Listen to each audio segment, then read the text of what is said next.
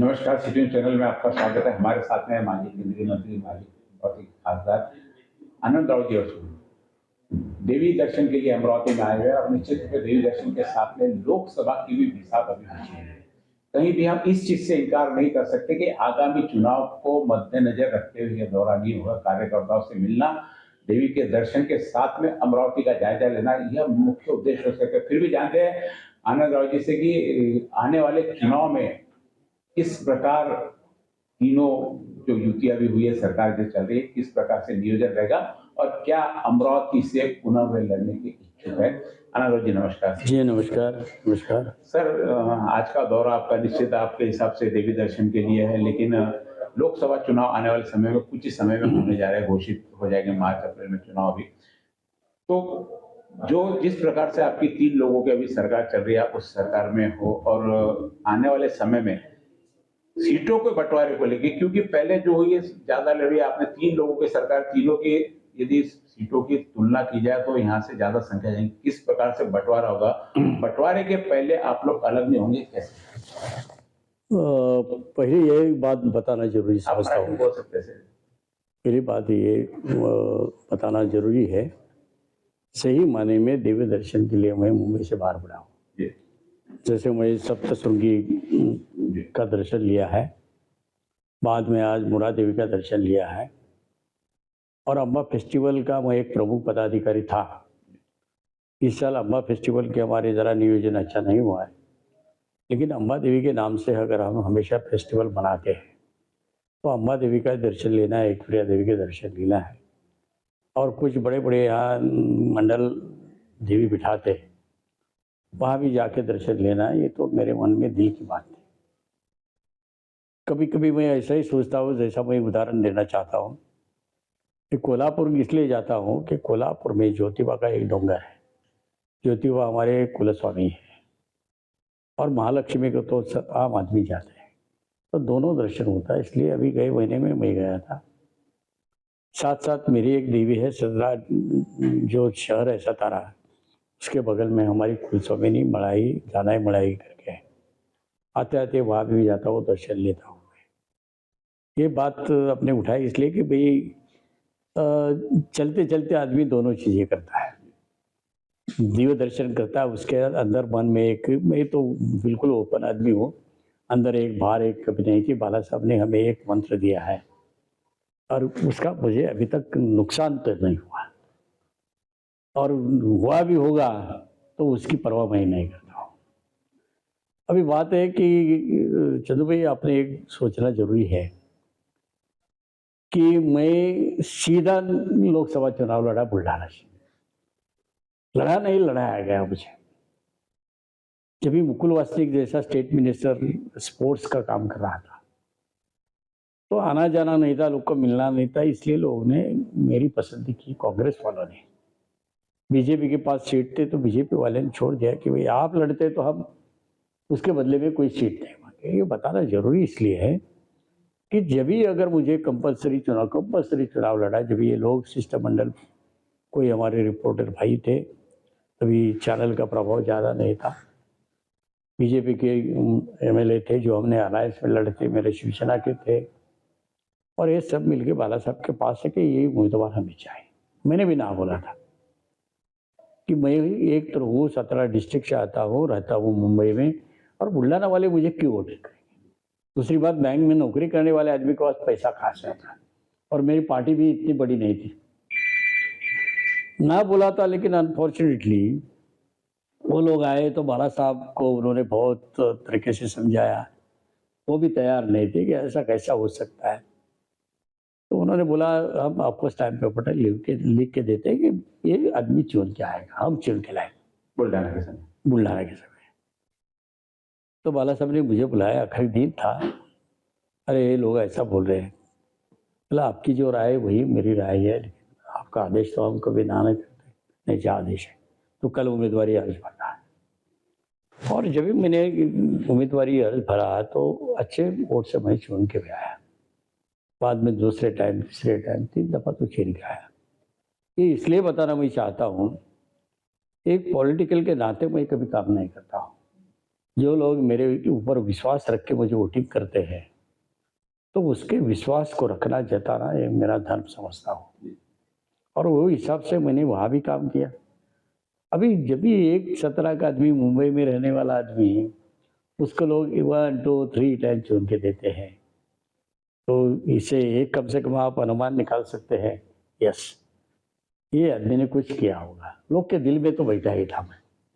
आज भी पूरे महाराष्ट्र में तो मेरा संबंध आता है, लेकिन बुल्ढाना के लोग, उसके घर में किसी के बच्चे का बर्थडे है या जन्म हुआ है, पैदा हुआ है, तो हमका कोई कार्यकर्ता, मुझे नाम पता नहीं होता है कहाँ से होता है, वो इतना बोलेगा मैं यहाँ से बात कर रहा हूँ और आपको आना है।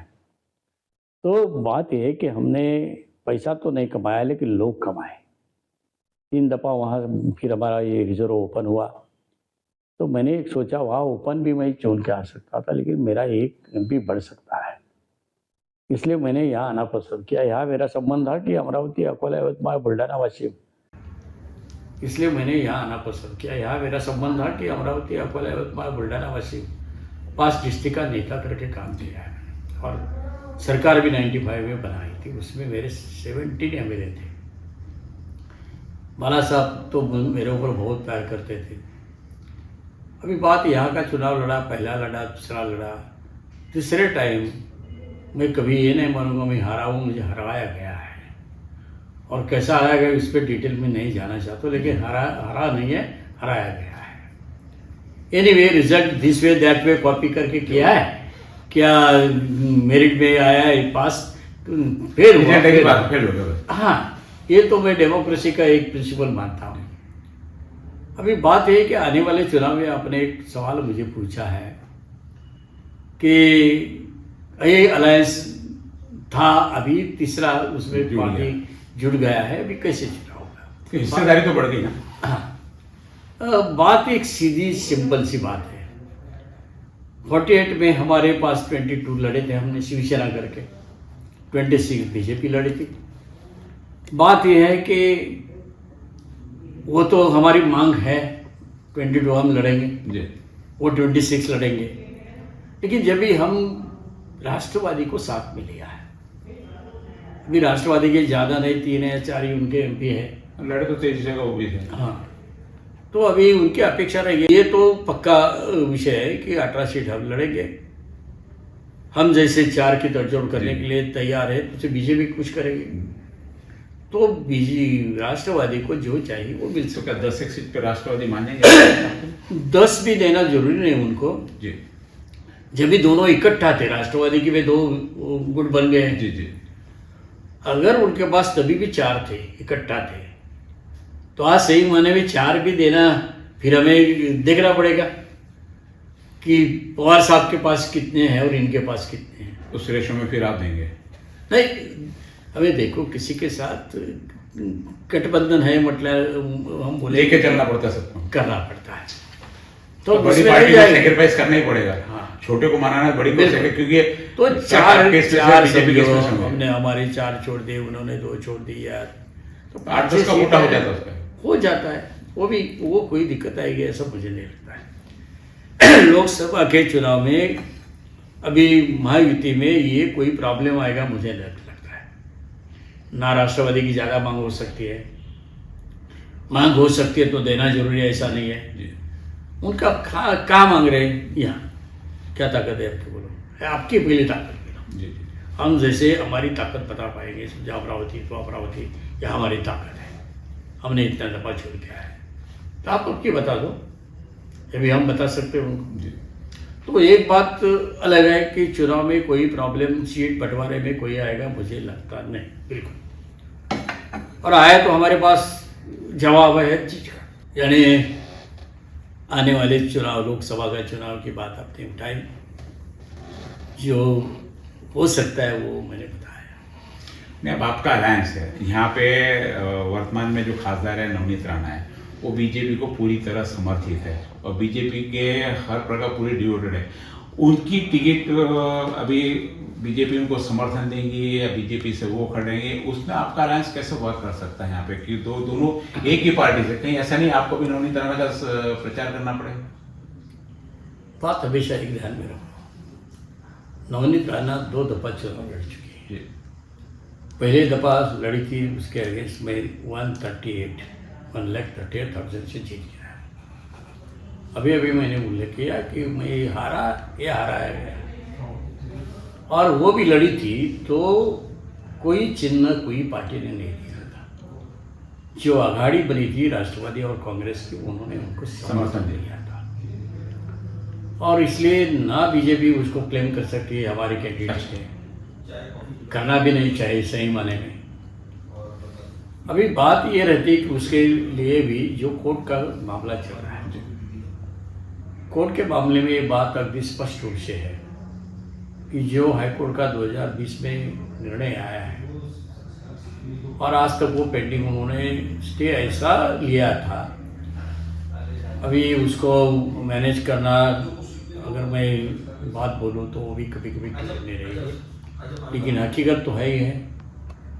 कोविड के दिन थे, और जब ये ऑनलाइन कोर्ट का आर्गूमेंट चल रहा था, एक तो जब ये हाई कोर्ट का निर्णय आया तो इमीडिएटली उन्होंने अपील किया सुप्रीम कोर्ट में। वहाँ के जो जजेस थे, तो इसको आप मैनेज करना बोल रहा है और क्या कर रहा है, आप सोचिए कि अचानक कनेक्टिविटी दोनों जज की जाती है। हाँ, कोर्ट रूम दिखता है, जो एडवोकेट उनके हैं, जो एडवोकेट हमारी है वो दिखते हैं, और खाली जज दिखते नहीं है। 20 मिनट के बाद कनेक्टिविटी आई, वो कनेक्टिविटी आते ही, अभी वो जज का नाम लेना ठीक नहीं, कंटेम्प्ट हो सकता है, कि उन्होंने आते ही बताया कि एक तो हम स्टे दे देंगे, नहीं तो रिवर्ट बैक करेंगे। कपिल सिब्बल हमारे एडवोकेट थे, उन्होंने स्पष्ट रूप से बोला कि आपको इसका रिटर्न रिप्लाई चाहिए, हम देने को तैयार है, जजमेंट आपके सामने है। ना आप हमें आर्गूमेंट का मौका देते हैं, ना राइटिंग में रिप्लाई देने का मौका देते हैं, तो हम क्या भगवान से निर्णय मांगे, न्याय मांगे? यहाँ तक बात नहीं। उन्होंने ये वो नहीं सुना, उन्होंने इमीडिएटली स्टे डिक्लेयर कर दिया। अभी ये स्टे का सिलसिला अभी तक चालू है, क्यों है, कैसा है, लेकिन है। अभी अगर वो केस पेंडिंग रहती है तो बीजेपी को 10 बार सोचना पड़ेगा इनको उम्मीदवारी देना है या नहीं देना है, कि बीजेपी और लगता होगा हम और कुछ करके उसका निर्णय आज ना कल आएगा, तो जनता तो मानेगी नहीं, वोटर तो नहीं मानेगा ना कि बेभरोसे के लिए हम क्यों दे रहे हैं, कल अगर उसके खिलाफ निर्णय जाता है। ये एक बात हो सकती है। निर्णय उनके फेवर में टोटल जाना 101% मुमकिन नहीं है। वहीं जो भी कोई जज है उसको 10 बार सोचना पड़ेगा कि हमारा रेपुटेशन खराब हो जाएगा। जो हमारे एक जाने माने एडवोकेट है जो लंदन से आर्गूमेंट करते हैं, जहाँ तक मुझे जानकारी है, ये जब भी अपील करने के बारे में हरीश साल्वी जी के पास गए तो उन्होंने ब्रीफ नहीं लिया, ना पैसा लिया, बोले मेरा रेपुटेशन मुझे खराब नहीं कर रहा है। अभी हरीश साल्वी जी के बारे में आप जानते हैं, दुनिया जानती है। बात यह है कि अगर कोई भी जज हो, वो अगर कोई एडवर्स जजमेंट देने का कोशिश करेगा तो उसका भविष्य वो खुद बर्बाद करेगा। इतना ही पब्लिसिटी ये केस की हुई है, बहुत पब्लिसिटी हुई है। जो भी अनाड़ी आदमी है वो बोलता है ये क्या चल रहा है, जिसका कायदे कानून पता नहीं होता है, उसके भी दिल में ये बात बैठी है कि ये गलत हुआ है। एनीवे, अभी कोर्ट क्या करेगा, कैसा करेगा, लेकिन मुझे लगता है अगर कोई जज डबल बेंच होता है, कोई ये प्रयास करेगा तो उनके लिए भी अच्छा नहीं रहेगा। तो ये आज की स्थिति है। जैसे ये हो गई अब वर्तमान खासदार की स्थिति, जैसे आप बता रहे कि उनको अभी लड़ना है कि नहीं लड़ना, ये भी अभी सोचना पड़ेगा। पर दूसरा, अब आपकी आपकी है ना, जो पहले आप शिवसेना में थे, अब वो शिवसेना दो हो गई, एक तरफ उद्धव बाला साहब ठाकरे, दूसरी तरफ आपकी सेना है। एक रस कार्यकर्ता अमरावती के देखा जाए तो आज भी उद्धव ठाकरे साहब के पास कार्यकर्ता ज्यादा हमको दिखते हैं, आपके पास अंदर के शायद पता है, हमको दिखते हैं। तो ऐसे में वो भी अपना उम्मीदवार यहाँ पे खड़ा करेंगे, नहीं करेंगे ऐसा तो नहीं, सोचेंगे तो सही कम से कम उम्मीदवार कौन है, ये दूसरी बात है, कौन मिलेगा समय पे, हो सकता समय मिल जाए।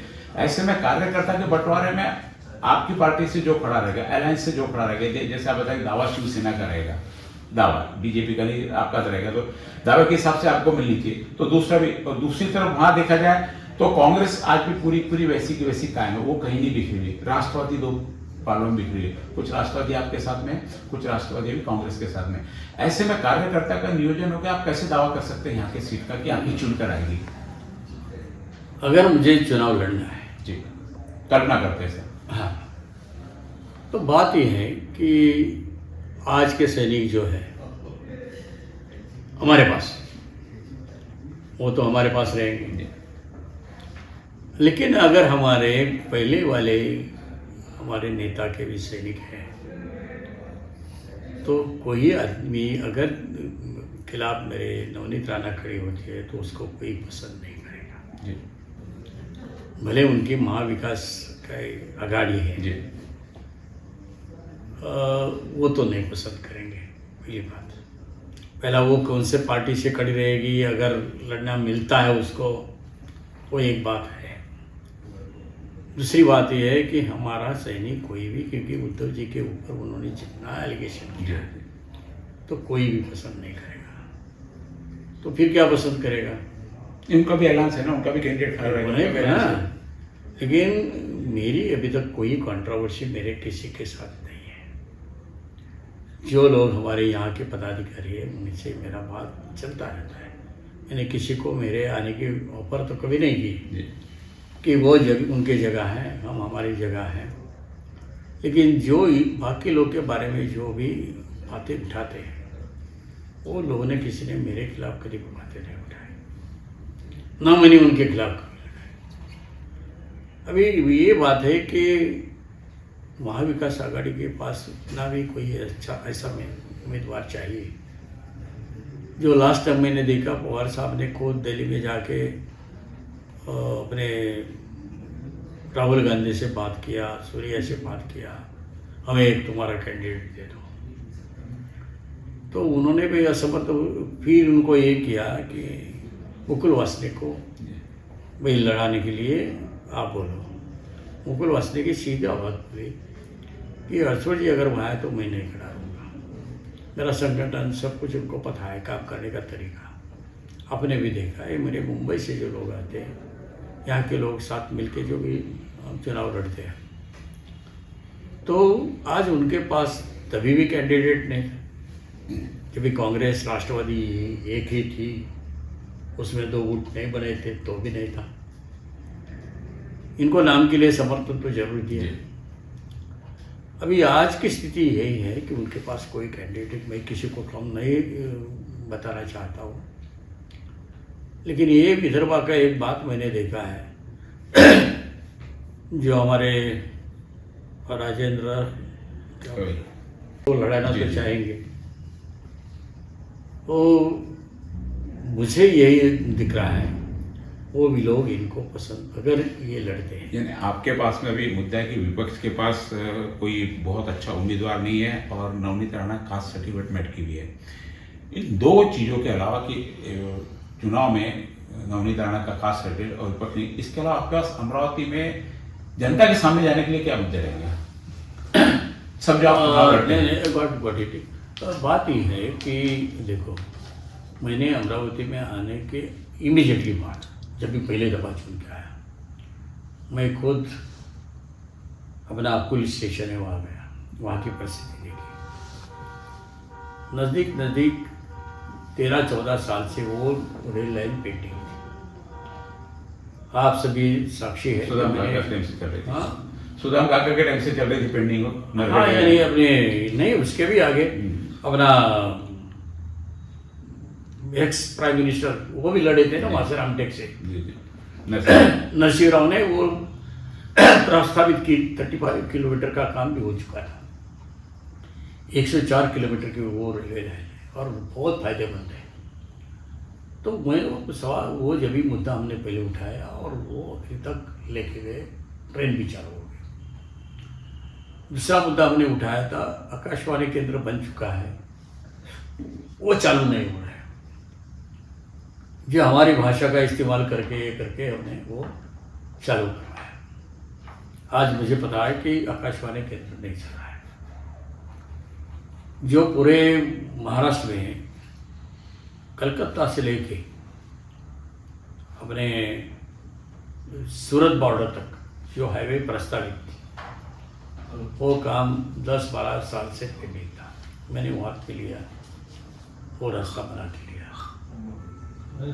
ये मॉडल स्टेशन जो है उसमें हमारे प्रतिभाताई का भी थोड़ा हिस्सा जरूर है। देखो, किसके पास जाना है, किसने जाना है और कैसा जाना है, इसके ऊपर भी कुछ बातें निर्भर होती है। तो मॉडल स्टेशन, इवन वो स्टेशन हटा के एक प्लानिंग चल रहा था, वो तोड़ के हमने फिर वहाँ मॉडल स्टेशन बनाया। और आज जानते हैं आप, 8 ट्रेन चालू कर दी हमने। तिरुपति जाना है, जबलपुर जाना है, ऐसी 8 ट्रेन चालू है। इससे अलावा एक महत्वपूर्ण एक मुद्दा ऐसा है कि जो शकुंतला रेलवे थी, वो शकुंतला रेलवे हमने यहाँ तक लाया था कि वो चालू हो जाए।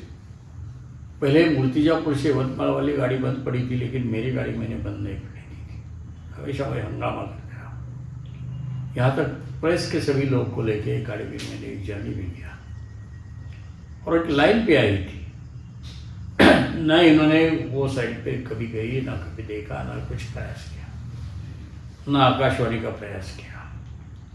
या एयरपोर्ट की बात, अहम मुद्दा वही है कि मैंने यहाँ तक आगे कि जो इंडिया के लोग थे उनको बुला के सर्वे किया था और अकोला के बदले यहाँ एयरपोर्ट फिजिबल है, ये रिपोर्ट रेडी है, ना उसको आगे बढ़ाया। मतलब जो भी डेवलपमेंट के काम होते हैं जो ज़िले के लिए, आम आदमी के लिए जरूरी है, वो ये काम दिखाओ कि उन्होंने हाथ में लिया। एक भी काम नहीं है। अभी डांडिया आता है तो डांडी में नाचना तो किसी को भी आता है। यहाँ आदिवासी के यहाँ जाना है, जब भी होली आती है उनके साथ पैर लगाना है, वो कोई बड़ी उपलब्धि है जिले के लिए, ये तो बात नहीं है।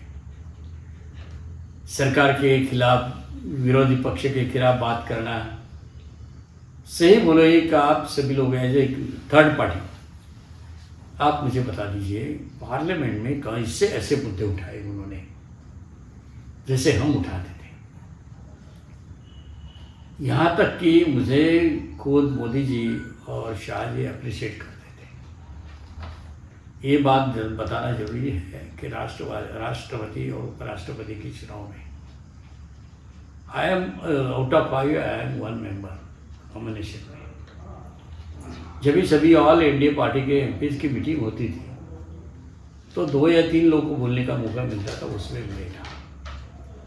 स्पीकर पैनल में मैं था, पार्टी का फ्लोर लीडर लोकसभा का मैं था, केमिकल फर्टिलाइजर कमेटी का मैं अध्यक्ष रह चुका हूँ 5 साल। बहुत काम किया है। ऐसे जो भी फर्टिलाइजर हो या केमिकल के फैक्ट्री हो, जो वर्किंग कैपिटल के पैसा नहीं इसलिए बंद पड़ रही है, वो मैंने चालू की। वर्किंग कैपिटल के पैसा दिया। मतलब मैं जहाँ भी जाता हूँ, जो काम हाथ में लेता हूँ, मैं करने का पूरा प्रयास करता हूँ। ऐसे एक भी कोई चीज़ हमारे अमरावती के डेवलपमेंट में उनका ये हिस्सा है, वो हिस्सा है। और पार्लियामेंट में बात कौन से विषय पे कि जो प्रभावी बात रही, ऐसी एक बात बता दीजिए। महाराष्ट्र गवर्नमेंट जब 2.5 साल के हमारे उद्धव जी प्राइम मिनिस्टर थे, उनके खिलाफ बात करना, जिसको खुद को हनुमान चालीसा नहीं आती है, नागपुर में प्रयोग भी हुआ, वो हनुमान चालीसा का मुद्दा उठा के ये करना, उसके लिए जेल में जाना, ये सब आप सभी साक्षी है। क्या ये मुद्दा हो सकता है? आगे भी चुनाव में ये मुद्दा होगा क्या? नहीं होगा ना, जी। क्योंकि हम तो एक ही मुद्दा नहीं छोड़ेंगे। बात ही गलत है, गलत। खाली मुझे जीत के आना इसलिए नहीं है, ये गलत कैसे काम करते हैं मियाँ बीवी दोनों भी। अभी ये मैनेज कहाँ तक किया जाता है कि आपने मुद्दा उठाए लिए बताना चाहता हूँ। रवि राणा का इलेक्शन एक्सपेंडिचर 14 लाख से ज़्यादा है, जो 28 लाख। लेकिन this is the case for, जैसा एक उदाहरण देना चाहता हूँ, अशोक चौहान जी के खाली 300 रुपये के लिए तभी के वो विधायक थे, वो एमएलए थे, तभी वो निकल गई थी। और 14 लाख हेरा फेरी कहाँ करते हैं, उनको प्रोटेक्ट कहाँ किया जाता है, कौन करते हैं, कैसे करते हैं, ये नाम लेने की जरूरत नहीं है। लेकिन इसको क्या हाईकोर्ट भी निर्णय लेता है, और कागज नहीं बदले होते अगर होते तो हमारे पास नहीं होते। तो जो आखिरी दिन में हमारा चुनाव अधिकारी जो लेटर देता है, जो कलेक्टर वहाँ का लेटर देता है, उसमें 6 महीने के बाद बदलाव आता है। ये सीधी सीधी बात है। अभी रवि राणा, आप ये बताना चाह रहे हैं कि हर चीज में बहुत ताकतवर है करके कुछ भी मैनेज कर लेते हो। अभी थोड़े अलग ढंग से बोलने वाला था, लेकिन फिर मुझे पाबंदी आ रही है जी। कि ऐसे व्यक्ति के बारे में बोलना भी ठीक नहीं है। ये ऐसा बोला जाता है गंदगी में पत्थर फेंकेंगे तो गंदगी हमारे ऊपर ही आएगी। ये तो बात हकीकत है। एक आखिरी प्रश्न, हम सब चीज की कल्पना कर रहे हैं, आप खड़े रहेंगे ये भी कल्पना है, क्योंकि युति में युति ने नवनीत राणा को समर्थन कर दिया, तो क्या आप यहाँ से नवनीत राणा का प्रचार करेंगे? प्रचार का तो सवाल जिंदगी में नहीं पैदा हो गया है। युति धर्म कहाँ जाएगा? नहीं देखो, मैं अकेला नहीं हूँ, जी हमारी सीएम आएंगे, पदाधिकारी आना है तो आएंगे, यहाँ के लोकल लोग मदद करना चाहिए। लेकिन मेरे प्रिंसिपल है जो लोगों ने कारण मेरे इतना नुकसान, फिजिकल नुकसान हुआ है मेरा फाइनेंशियल नुकसान हुआ है, मेरा पॉलिटिकल नुकसान हुआ है, तो किस सिलसिले में उनको मदद करूं या प्रचार के चुनाव में का कारण तो होना चाहिए कोई। युति धर्म का मतलब क्या? धर्म हर जगह, कृष्ण जी के हर जगह धर्म लेके नहीं जाते थे, या धर्म को भी झूठा बोलना पड़ा था। हम तो आज के ज़माने के धर्म भी नहीं है, सिंपल आदमी, सादा आदमी हूँ, तो मेरे ऊपर तो कोई पाबंदी नहीं होती। आपने चुनाव में अगर ऐसा आप बोल रहे हैं इसलिए कल्पना कल्पना कुछ भी हो सकता है, राजनीति है सर, ठीक है, कुछ भी हो सकता है, तो हम उसमें नहीं रहेंगे जो हमारे मर्जी के खिलाफ। क्योंकि राणा फैमिली का तो पिछले 15 साल में जिसके खिलाफ वो लड़ते वो उनके साथ अगले साल उनके साथ में ही रहते। पिछले राष्ट्रवादी के खिलाफ रहे थे, राष्ट्रवादी के साथ में चले गए, बीजेपी के खिलाफ रहे थे, बीजेपी के साथ हो गए। ठीक है ना, मैं क्या, उनका धर्म, उनकी काम करने का तरीका जो भी है, लेकिन हमारा तो नहीं है। हमारे साथ थे आनंद राव जी अड़सूल। निश्चित रूप से आने वाले लोकसभा में प्रबल इच्छा के साथ में कि यदि मौका मिलता है तो पूरी ताकत के साथ में अमरावती लोकसभा का चुनाव लड़ेंगे, और लड़ेंगे तो निश्चित रूप से जो उन्होंने जिस प्रकार से प्रयोग है, कोई भी लड़ता है तो निश्चित रूप से जीत की आशा में रुकता है। अब युति आगे आने वाले समय में क्या यहाँ पे गोटियां बिछाती है, किस प्रकार सीटों का बंटवारा होता है और कहाँ किसका नंबर लगता, कौन आएगा कौन जाएगा, तो सारी बातें समय के साथ में बताएगी। लेकिन आज के इस मुलाकात में निश्चित है कि यदि मौका मिलता है तो अमरावती से लोकसभा चुनाव जरूर लड़ेंगे, ऐसा इस माध्यम से अभी इस आज की मुलाकात में सिद्ध होगा। आपने महत्वपूर्ण जानकारी दी, आपका बहुत बहुत धन्यवाद।